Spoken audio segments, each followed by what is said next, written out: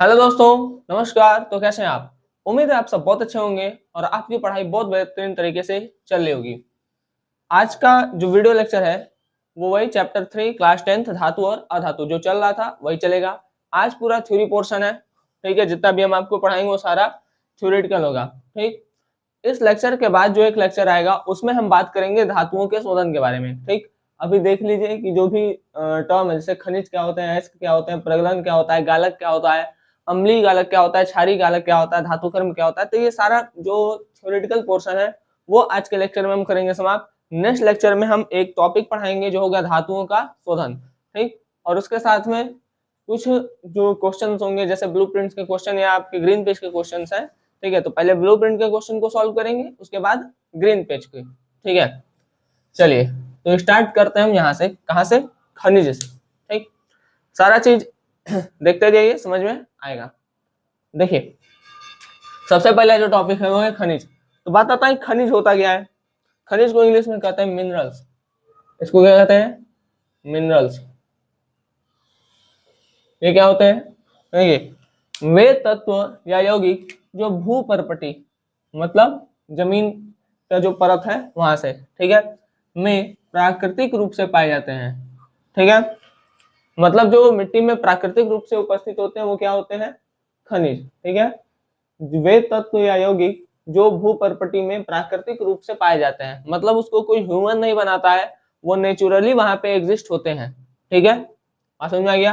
तो प्राकृतिक रूप से जो तत्व या यौगिक मिट्टी में पाया जाएगा उसको हम क्या कहेंगे? खनिज। अब बात करते हैं अयस्क। अयस्क क्या होता है? देखिए ऐसा खनिज, कैसा खनिज? ऐसा खनिज हो जिससे क्या प्राप्त कर सके? धातु, लेकिन कैसे? कम खर्च में और आसानी से, ठीक। आसानी से और कम खर्च में अगर हम किसी खनिज से धातु प्राप्त कर ले रहे हैं तो वो क्या है? उसी को हम कहेंगे अयस्क, ठीक है। वही खनिज है, उससे अगर हम कम खर्च में धातु निकाल ले रहे हैं तो उसको क्या कहेंगे? अयस्क। अब देखिए जैसे मान लीजिए खनिज है, मान लीजिए कोई तत्व है, जैसे मान लेते हैं हम आयरन है, ठीक। अब आयरन मिट्टी में एकदम प्योर फॉर्म में तो होगा नहीं कि हाथ डालेंगे निकाल लेंगे आयरन मिल गया, ठीक। उसके साथ में मिट्टी होगा, आयरन कुछ दूसरा चीज भी बनाया होगा, आयरन ऑक्साइड बना लिया होगा या दूसरे किसी के साथ लग करके कुछ और चीज बना लिया होगा। तो कहने का मतलब है कि आयरन अकेला नहीं रहेगा, वो किसी न किसी दूसरे एलिमेंट के साथ रिएक्ट करके किसी दूसरे चीज में कन्वर्ट हो जाएगा, ठीक। बात समझ में आ गया? तो अब क्या करना है हमको? वो चीज नहीं चाहिए जिससे वो रिएक्शन किया है, ठीक है। हमको वो चीज हटाना है, हमको प्योर आयरन निकालना है उसमें से। बात समझ में आ गया? तो अयस्क वो होता है, क्या होता है? खनिज से अगर कोई धातु आराम से निकल रही है तो उसको हम अयस्क कहेंगे, ठीक।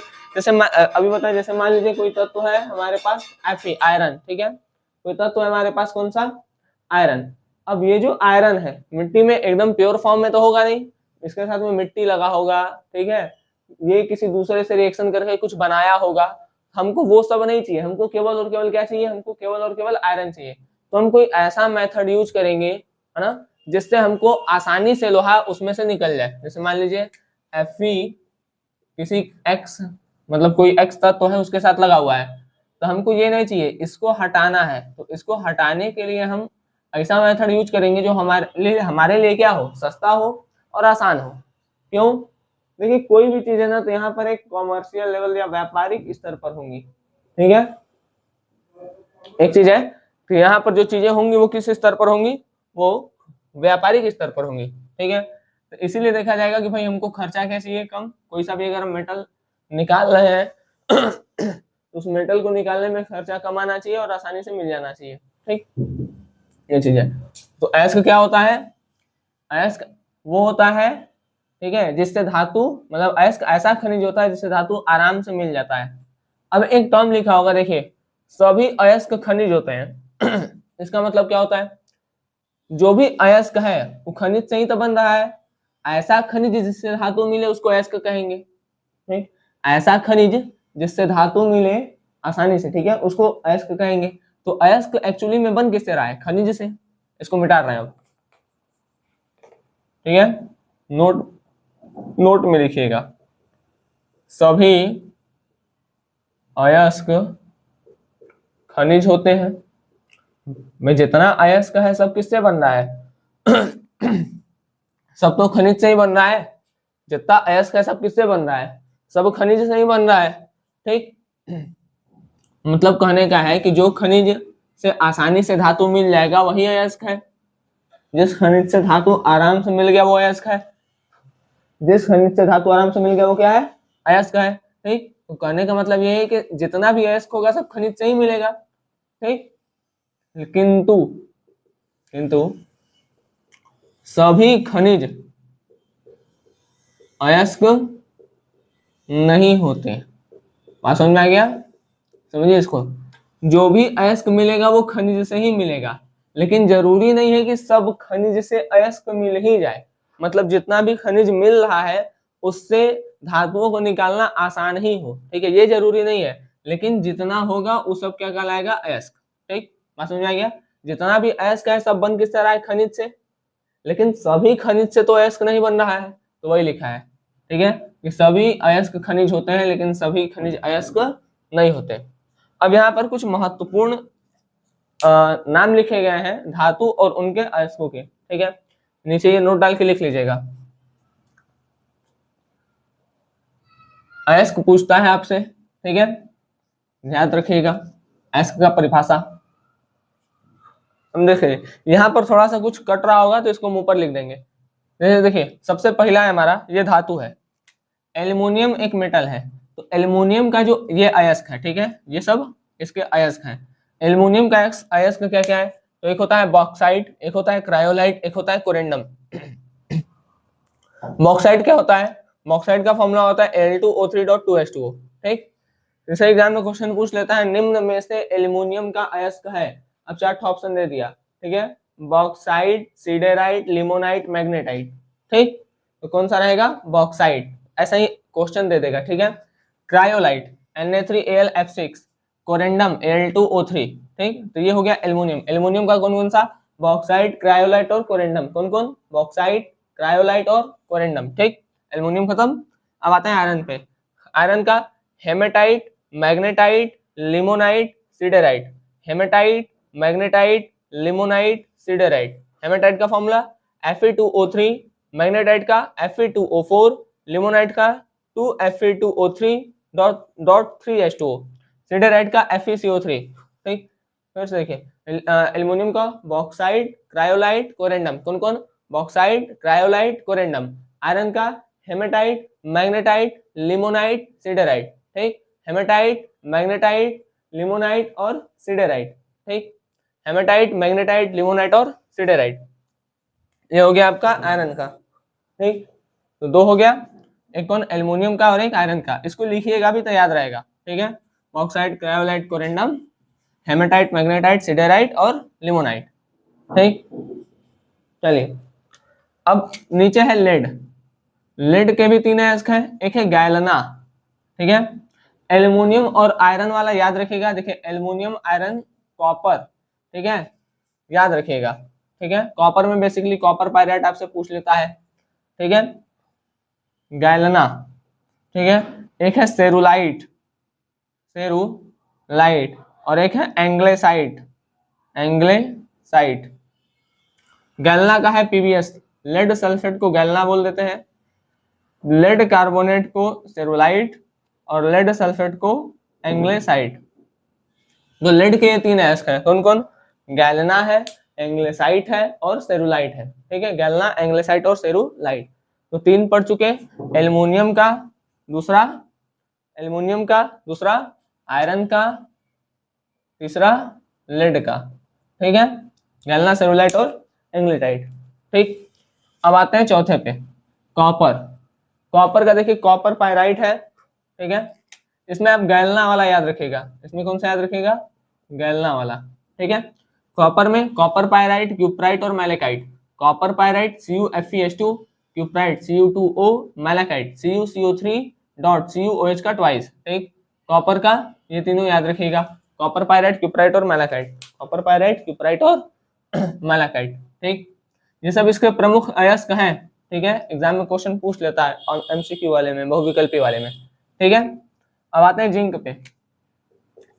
जिंक का जिंकाइट वाला ध्यान रखिएगा और जिंक ब्लेंड ध्यान रखिएगा। ठीक है, जिंक का देखिए जिंक में आपको क्या याद रखना है, एक जिंकाइट वाला और एक जिंक ब्लेंड। देखिए जिंक ब्लेंड या ZnS, ठीक है, स्मिथोसोनाइट, ठीक है, स्मिथोनाइट ZnCO3, जिंकाइट ZnO।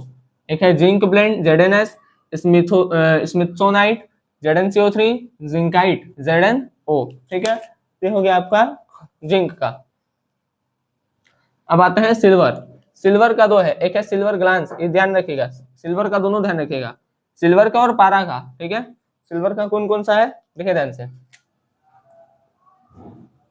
सिल्वर का कौन कौन सा है, एक है आपका silver glance Ag2S, silver glance Ag2S, और एक है आपका हॉर्न सिल्वर, हॉर्न सिल्वर जो होता है आपका AgCl है, ठीक। ये तो दोनों ध्यान रखिएगा, ठीक है, हॉर्न सिल्वर और सिल्वर ग्लांस।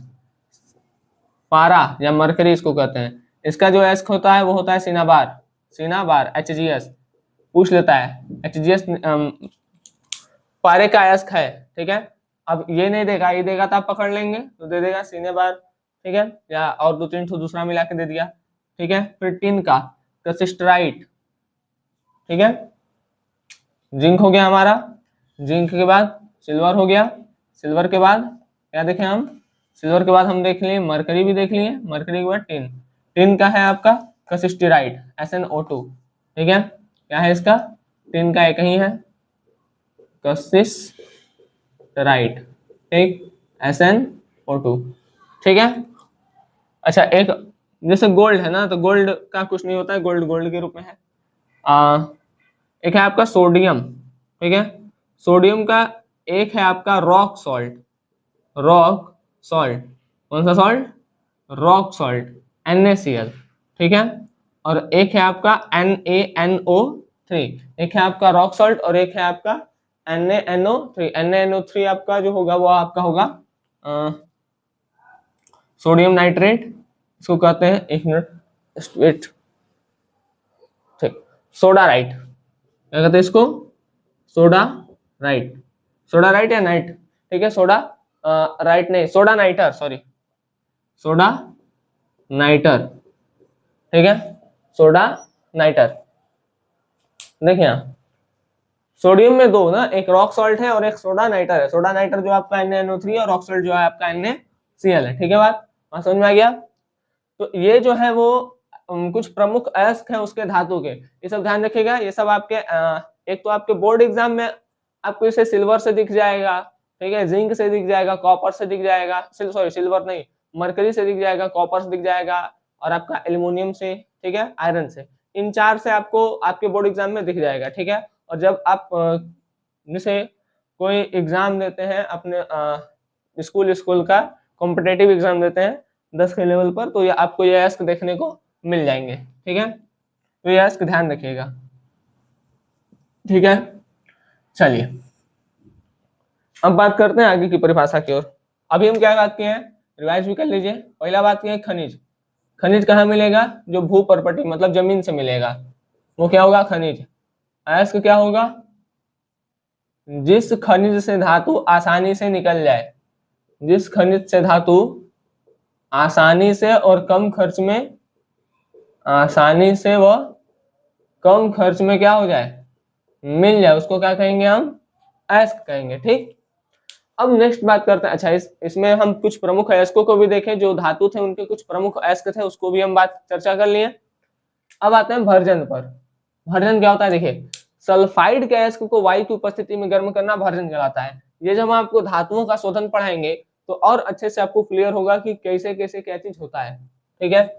अभी हम हालांकि जैसे मान लीजिए जिंक है, जिंक सल्फाइड है, भाई सल्फाइड का अयस्क है तो जिंक का सल्फाइड, ठीक है, इसको वायु की उपस्थिति में मतलब ऑक्सीजन की उपस्थिति में क्या कर दें, गर्म कर दें, ठीक है। और इसको ऑक्सीजन की उपस्थिति में गर्म करेंगे तो क्या मिलेगा, जिंक ऑक्साइड मिलेगा और सल्फर डाइऑक्साइड बाहर निकल जाएगा। बैलेंस कर दीजिए,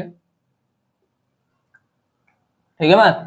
तो अगर हम सल्फाइड के अयस्क को वायु, ध्यान रखिएगा भर्जन में क्या होता है, सल्फाइड के अयस्क को गर्म करते हैं और वायु की उपस्थिति में गर्म करेंगे। क्यों करेंगे, देखिए सल्फाइड के अयस्क के पास ऑक्सीजन नहीं है, ठीक है, ऑक्सीजन मतलब वायु समझिए, ठीक है। तो सल्फाइड गैस के पास ऑक्सीजन नहीं है, इसलिए इसको ऑक्सीजन की उपस्थिति में गर्म करेंगे, ठीक है। सल्फाइड गैस को ऑक्सीजन की उपस्थिति में गर्म करेंगे क्योंकि इसके पास ऑक्सीजन नहीं है। निस्तापन में क्या है, तो कार्बोनेट गैस को वायु की अनुपस्थिति में गर्म करेंगे। जैसे मान लीजिए जिंक का ही है, जिंक कार्बोनेट, अब इसके पास ऑक्सीजन है, इसमें ऑक्सीजन नहीं चाहिए, बस इसको गर्म कर देते हैं, तो ये बन जाएगा zinc oxide plus carbon dioxide, ठीक। तो दोनों ध्यान रखिएगा, ये दोनों एग्जाम में पूछे जाते हैं, ठीक है। भर्जन क्या होता है और निस्तापन क्या होता है, ठीक है, आपको थ्योरी पोर्शन में दिया जाएगा, ठीक है। भर्जन क्या होता है और निस्तापन। भर्जन क्या होता है, जिंक की सल्फाइड के अयस्क को वायु की उपस्थिति में क्या कर देते हैं, गर्म। सल्फाइड के अयस्क को वायु की उपस्थिति में क्या कर देंगे, गर्म, ठीक है, तो उसको क्या कहेंगे, भर्जन।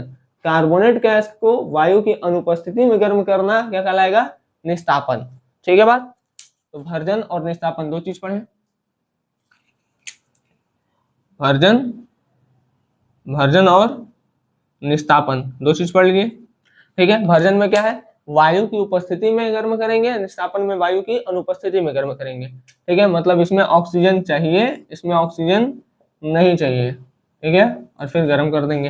बात समझ आ गया। चलिए, तो भर्जन और निस्तापन देख लिए। अब देखते हैं कि अधात्री क्या होता है। अधात्री, ठीक है, व्हाट इज अधात्री। देखिए, अधात्री या जो कुछ अशुद्धियां होती हैं इसको गैंग पार्टिकल भी कहते हैं, ठीक है। गैंग पार्टिकल, GANGUE PARTICLE, ये भी कहते हैं। तो अयस्क में जो कुछ अशुद्धियां होती हैं जैसे मिट्टी, कंकड़, पत्थर इत्यादि, ये सब जो होता है उसको हम क्या कहते हैं, उसको हम अधात्री कहते हैं, ठीक। अयस्क में जो अशुद्धियां अयस्क में जो अशुद्धियां उपस्थित होती हैं, जैसे कोई खनिज निकालें, अब पता चलेगा कि भाई इस खनिज से धातु आराम से मिल जाएगा, तो वो तो अयस्क हो गया। अब उसके साथ कुछ मिट्टी, कंकड़, पत्थर ये सब भी होगा, तो वो जो अशुद्धियां हैं उसको हम क्या कहेंगे, उसको हम कहेंगे अधात्री। जो अशुद्धियां हैं उसमें की ना, उसको क्या कहा जाएगा, अधात्री। नेक्स्ट करते हैं बात प्रगलन। प्रगलन क्या है, धातु के अयस्क को, किसका अयस्क होगा, धातु का अयस्क होगा, उच्च ताप पर अपचयित करके। अच्छा, अपचयित किसकी उपस्थिति में करेंगे, तो हो सकता है कार्बन हो, मतलब कोक हो सकता है कार्बन मोनोऑक्साइड हो, तो ये सब हो सकता है अपचायक पदार्थ के रूप में, ठीक है। देखिए, तो धातु के अयस्क को उच्च ताप पर क्या करते हैं, अपचयित करके धातु को उसके अयस्क से प्राप्त किया जाता है, ठीक है। अयस्क लेंगे, ठीक है, क्या लेंगे, अयस्क करेंगे, उच्च ताप पर उसको अपचयित करेंगे और उससे क्या करेंगे, धातु निकालेंगे, ठीक है। प्रगलन में क्या होता है, प्रगलन में क्या करेंगे, अयस्क को हाई टेम्परेचर पर हीट करेंगे, हाई टेम्परेचर पर गर्म करेंगे और इससे फिर धातु हीट करेंगे, अपचयित करेंगे, ठीक है, अपचयित करेंगे और इससे फिर धातु प्राप्त करेंगे, ठीक। इसी को क्या कहते हैं, प्रगलन। जैसे देखिए यहाँ पर लेड का ऑक्साइड है, ये कोक है, कोक, COC के, कोक, कोक, ठीक। ये कार्बन का फॉर्म है, अपचयन करता है, ठीक है। तो लेड ऑक्साइड को जब कोक की उपस्थिति में अपचयित कराते हैं तो हमको लेड अलग मिल जाता है और कार्बन मोनोऑक्साइड अलग हो जाता है। फिर आयरन का ऑक्साइड है, इसको कार्बन मोनोऑक्साइड की उपस्थिति में अपचयित करते हैं तो आयरन अलग हो जाता है, कार्बन डाइऑक्साइड अलग हो जाता है, ठीक। बात समझ में आ गया। चलिए, अब जितना पढ़े सबको तुरंत एक बार रिवाइज भी कर लेते हैं, फिर उसके बाद बढ़ते हैं आगे, ठीक है।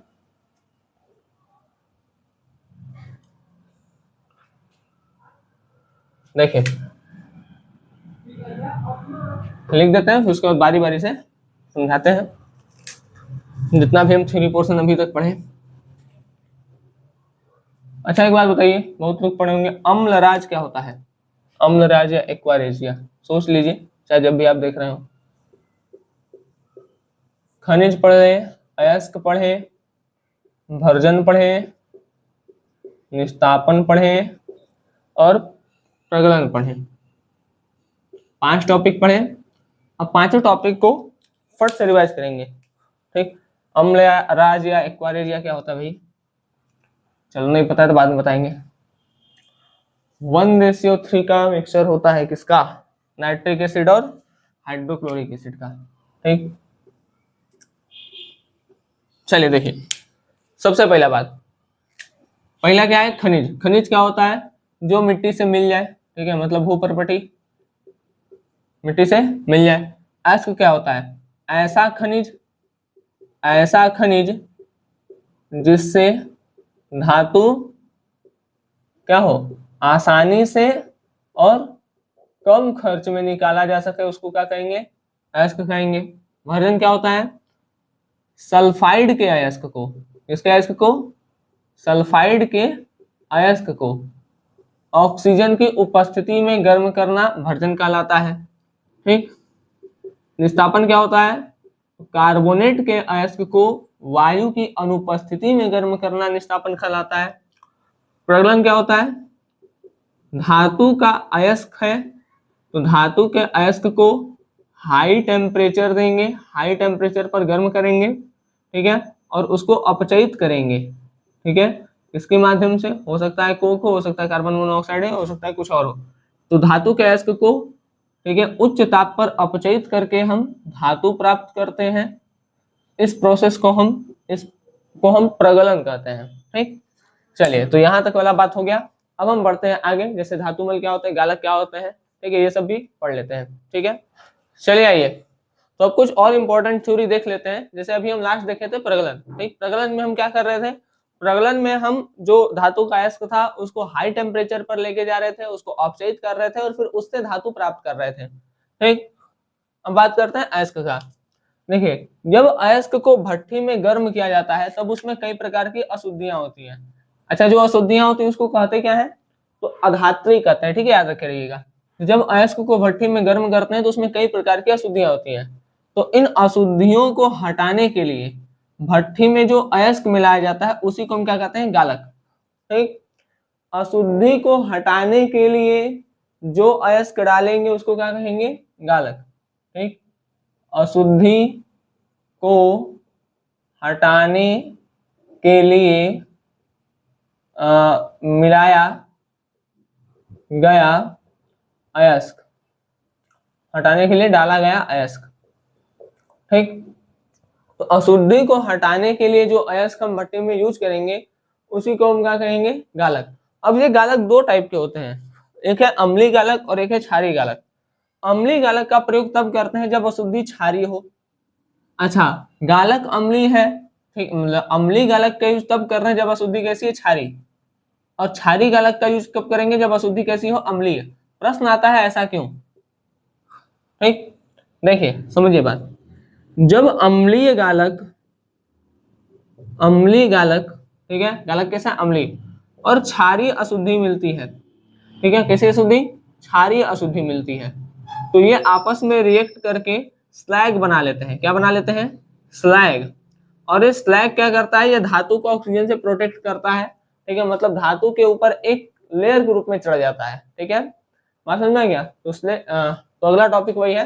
अब देखिए यहाँ पर बात समझ में आ गया कि अम्लीय गालक में कैसा यूज करेंगे? अम्लीय गालक तब यूज करेंगे जब अशुद्धि कैसी हो? क्षारीय। क्षारीय गालक कब यूज करेंगे? जब अशुद्धि कैसी हो? अम्लीय। करते क्यों है? क्योंकि स्लैग बन जाता है। अब बात समझते हैं कि स्लैग होता क्या है। तो देखिए, स्लैग वह गलनशील ठोस पदार्थ है, गल जाता है, गलनशील है और ठोस पदार्थ है, जो गालक व अशुद्धि की क्रिया से बनता है। मतलब गालक और अशुद्धि मिलेगा तो स्लैग बनेगा, गालक प्लस अशुद्धि मिलेगा तो क्या बनेगा? स्लैग बनेगा। इसका फायदा क्या है? ये धातु से हल्का होता है तो धातु के ऊपर रहेगा। भाई हल्का है तो ऊपर रहेगा, जाहिर सा बात है। ठीक है, और ऊपर है तो ऑक्सीजन डायरेक्ट धातु के संपर्क में नहीं आता है, तो ऑक्सीजन से प्रोटेक्ट करता है धातु को। बात समझ में आ गया? जैसे देखिए, ये क्षारीय अशुद्धि है, ये अम्लीय गालक है। नहीं समझ में आया तो फिर से सुनिए। देखिए, गालक क्या होता है?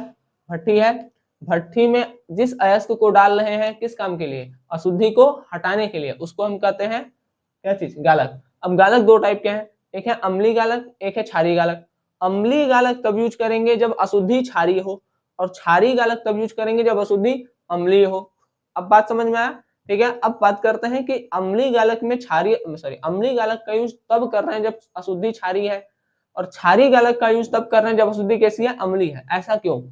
ऐसा इसलिए करते हैं क्योंकि इससे फ्लक्स बनता, इससे आपका ये स्लैग बनता है। ठीक, क्या बनता है? स्लैग। अब ये स्लैग क्या है? स्लैग जो होता है ये मेटल से हल्का होता है, गलनशील होता है, ठोस होता है, इसलिए मेटल, जैसे मेटल है, ठीक है, तो जो स्लैग होगा वो मेटल से हल्का होने के कारण मेटल के ऊपर आ जाएगा, ठीक। और ये क्या करेगा, ऑक्सीजन के कांटेक्ट में धातु नहीं आ पाएगा, ठीक है। तो ऑक्सीजन के संपर्क से धातु को बचाए रखेगा, ठीक है। ये एक एग्जांपल है कि भाई ये अशुद्धि क्षारीय है, ये अम्लीय गालक है, तो ये स्लैग बन गया, ठीक है बात। चलिए यहां तक हम देख लिए, ठीक है।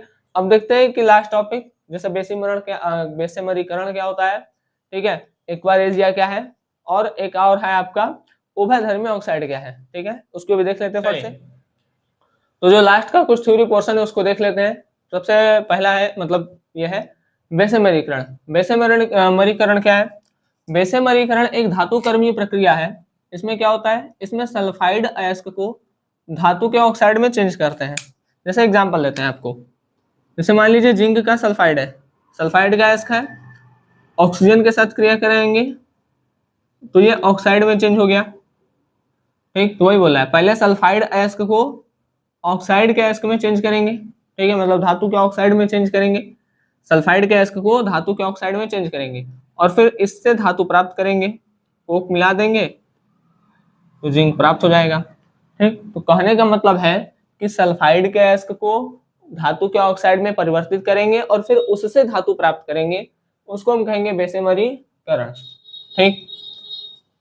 नेक्स्ट आते हैं, एक है उभयधर्मी ऑक्साइड। उभयधर्मी ऑक्साइड ये पता होगा, जो अम्ल और क्षार दोनों से क्रिया करें। एग्जाम्पल लिख लीजिएगा, ठीक है। उभयधर्मी ऑक्साइड ऐसे ऑक्साइड को कहते हैं जो अम्ल तथा क्षार दोनों से क्रिया करें, ठीक है। फिर नीचे उदाहरण लिख लीजिएगा, Al2O3 एल्युमिनियम ऑक्साइड और जिंक ऑक्साइड, ठीक है, ये दोनों जो होते हैं अम्ल और क्षार दोनों से रिएक्शन करते हैं। लास्ट टॉपिक अम्लराज या एक्वारेजिया, इसे राजा जल भी कहते हैं, ठीक है। तो नाइट्रिक एसिड और हाइड्रोक्लोरिक एसिड को जब हम 1:3 के अनुपात में मिला देते हैं तो इस मिक्सचर को कहा जाता है अम्लराज या एक्वारेजिया। ध्यान दीजिएगा यहाँ पे कई बार कंफ्यूजन होता है कि 3:1 गलत हो जाएगा, 1:3। अच्छा थोड़ा सा और याद रखने के लिए बता रहे हैं, जैसे नाइट्रिक एसिड जो है वो हाइड्रोक्लोरिक एसिड से प्रबल अम्ल है, भाई ये बहुत ज्यादा प्रबल अम्ल है तो इसको कम रखेंगे, इसको ज्यादा रखेंगे, ठीक है। तो ऐसे ध्यान रखिएगा, प्रबल अम्ल है तो कम से कम चल जाएगा, दुर्बल अम्ल है इसकी तुलना में तो थोड़ा ज्यादा रखना पड़ेगा, ठीक है। चलिए अब ये जो अम्लराज है ना, जैसे पहले के लोग क्या करते थे, एक्वारेजिया लेकर के जो गाँव में जाते थे सोना वोना साफ करते थे, वास्तव में साफ कर देते थे। एक पानी रहता था, ठीक, कहते दीजिए हम आपका सोना साफ कर दे, ठीक है। सोना डालते थे, अब सोने का ना ऊपर वाला लेयर एक हट जाता था, किसी का भी जब ऊपर वाला लेयर एक हट जाएगा तो चमकने ही लगेगा, ठीक है।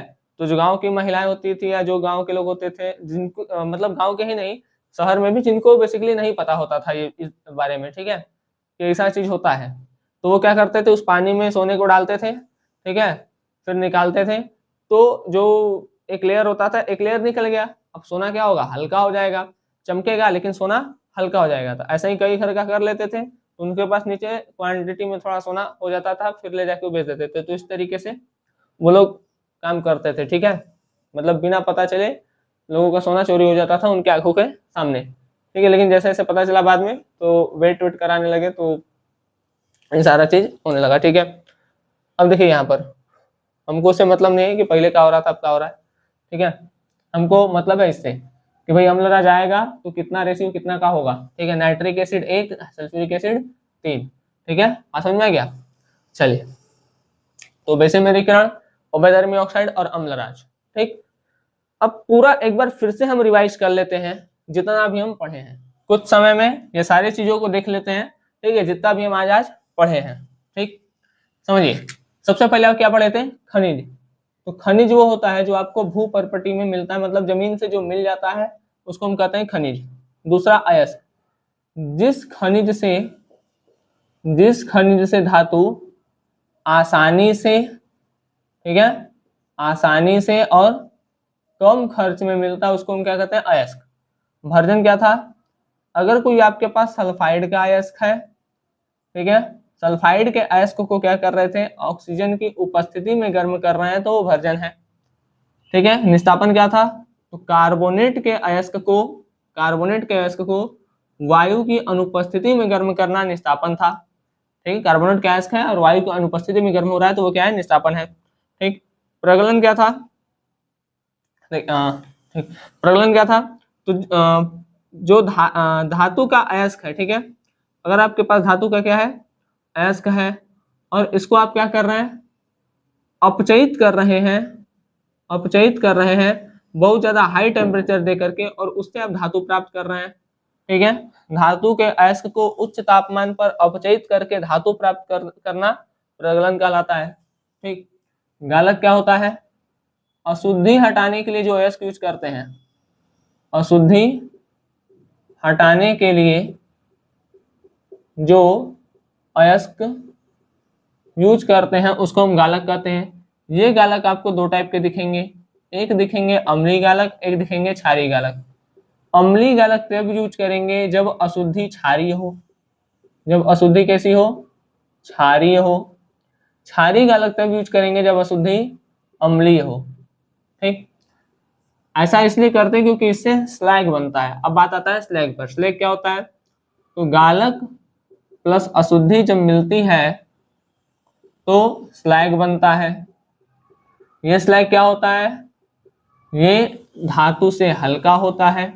धातु से हल्का होने के कारण ये धातु के सतह यानी ऊपर आ जाता है और धातु को ऑक्सीजन के संपर्क में आने नहीं देता है, मतलब ऑक्सीजन के संपर्क से धातु को बचाता है। उभयधर्मी ऑक्साइड पे आ जाइए। उभयधर्मी ऑक्साइड क्या होता है, देखिए उभयधर्मी ऑक्साइड ऐसा ऑक्साइड जो अम्ल और क्षार दोनों से रिएक्शन कर जाए। ठीक है, एग्जाम्पल में था Al2O3 मतलब एल्युमिनियम ऑक्साइड और जिंक ऑक्साइड। अम्लराज 1:3 के अनुपात में अगर HNO3 और HCl है तो उसको हम कहेंगे अम्लराज। ठीक है, इसको क्या कहा जाएगा, अम्लराज। देख लीजिए बेसमरीकरण क्या है। देखिए धातु का क्या है आपका,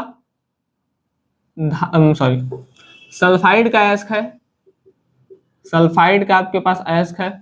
सल्फाइड के अयस्क को आप चेंज करिए धातु के ऑक्साइड में, धातु के ऑक्साइड में, और फिर इससे आप प्राप्त करिए धातु, तो इसको हम कहते हैं बेसमरीकरण। ठीक, चलिए तो एक बार फिर से सारा देख लेते हैं। खनिज वो होता है जो मिट्टी से मिल जाता है, अयस्क वो होता है, ठीक है, अगर खनिज से कोई धातु कम खर्च में आसानी से मिल रहा है तो उसको अयस्क कहेंगे। सल्फाइड के अयस्क को ऑक्सीजन की उपस्थिति में गर्म करना भर्जन, कार्बोनेट के अयस्क को वायु की अनुपस्थिति में गर्म करना निस्तापन। ठीक, धातु के अयस्क को अगर उच्च तापमान पर गर्म कर रहे हैं और उसको अपचयित कर रहे हैं जिससे कि हमको धातु मिल रहा है तो इस प्रोसेस को हम प्रगलन कहेंगे। अशुद्धि को हटाने के लिए जिस अयस्क का प्रयोग करते हैं उसको गालक कहते हैं। गालक दो टाइप के होते हैं, अम्लीय गालक और क्षारीय गालक। अम्लीय गालक का यूज तब करते हैं जब अशुद्धि क्षारीय हो, और क्षारीय गालक का यूज तब करते हैं जब अशुद्धि अम्लीय हो। ऐसा करने से मतलब अम्लीय गालक है और क्षारीय अशुद्धि है, क्षारीय अशुद्धि है जब हम अम्लीय गालक का यूज करेंगे, या क्षारीय, सुनिए, अगर अशुद्धि क्षारीय है और हम यूज कर रहे हैं अम्लीय गालक, और अगर अशुद्धि अम्लीय और यूज कर रहे हैं क्षारीय गालक तो इससे स्लैग बनता है। ठीक, ये स्लैग क्या होता है, गालक और अशुद्धि के संयोग से बनता है। ये धातु से हल्का होता है जिसके कारण ये धातु के ऊपर सतह पर आ जाता है और धातु को ऑक्सीजन के संपर्क में आने से बचाता है।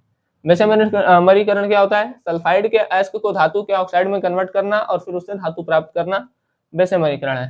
ठीक है, अम्ल या क्षार दोनों से मतलब ऐसा ऑक्साइड जो अम्ल और क्षार दोनों से क्रिया करे उसको कहते हैं अम्लीय ऑक्साइड। अम्लराज HNO3 और HCl का 1:3 के अनुपात में जो मिक्सचर होता है उसको अम्लराज कहते हैं। ठीक, चलिए तो ये लेक्चर हम करते हैं ये पर समाप्त। उम्मीद है ये चीजें आपको समझ में आई होंगी। ठीक है, अब मिलेंगे आपसे अगले लेक्चर में जहां पर हम बात कर रहे होंगे धातुओं के शोधन के बारे में, जहाँ पे हम दो टॉपिक और बताएंगे, जैसे धातुमल क्या होता है, धातु कर्म क्या होता है, फिर धातुओं का शोधन। ठीक है, तो ये सारे टॉपिक अगले लेक्चर में कंप्लीट होगा। ठीक, चलिए मिलते हैं नेक्स्ट लेक्चर में, तब तक के लिए धन्यवाद, जय हिंद। आप लोग अच्छे से पढ़ाई करते रहें।